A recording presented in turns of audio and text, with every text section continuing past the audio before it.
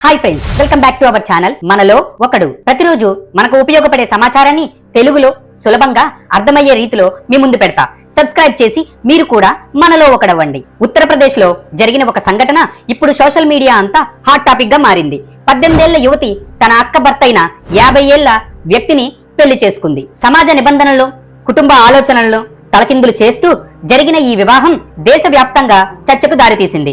ఈ పెళ్లిపై ఇంటర్నెట్ లో 2 వర్గాలుగా విడిపోయి కొంతమంది ప్రేమకు వయసు అడ్డం కాదు అంటూ జంటను సమర్థిస్తుంటే, ఇంకొందరు ఇది నైతికంగా తప్పు అని తీవ్ర విమర్శలు చేస్తున్నారు. పింక్ చీరలో కనిపించిన ఆ యువతి ఏజ్ ఇస్ జస్ట్ నెంబర్, ఆయన జ్ఞానం, కేర్ నాకు సరిపోతాయి అంటూ ధైర్యంగా సమాధానమిస్తుంది. ఈ కథ మొదలైంది ఒక కుటుంబ కష్టకాలం నుంచి. ఆమె అక్క చాలా కాలంగా అనారోగ్యంతో బాధపడుతుండడంతో ఈ 18 ఏళ్ల అమ్మాయి తరచూ అక్క ఇంటికి వెళ్లి వంట మరియు ఇంటి పనులు చేయడంలో సహాయం చేసేది. అక్కడ రోజు అతనితో జరిగే సాధారణ సంభాషణలు తరువాత గాఢమైన అనుబంధంగా మారాయి. ఇద్దరి మధ్యలో కుటుంబ సభ్యులు ఈ పెళ్లిని తీవ్రంగా వ్యతిరేకించినప్పటికీ ఆ యువతి మాత్రం తన నిర్ణయం పట్ల క్షణం కూడా పశ్చాత్తాపం లేదని చెబుతోంది.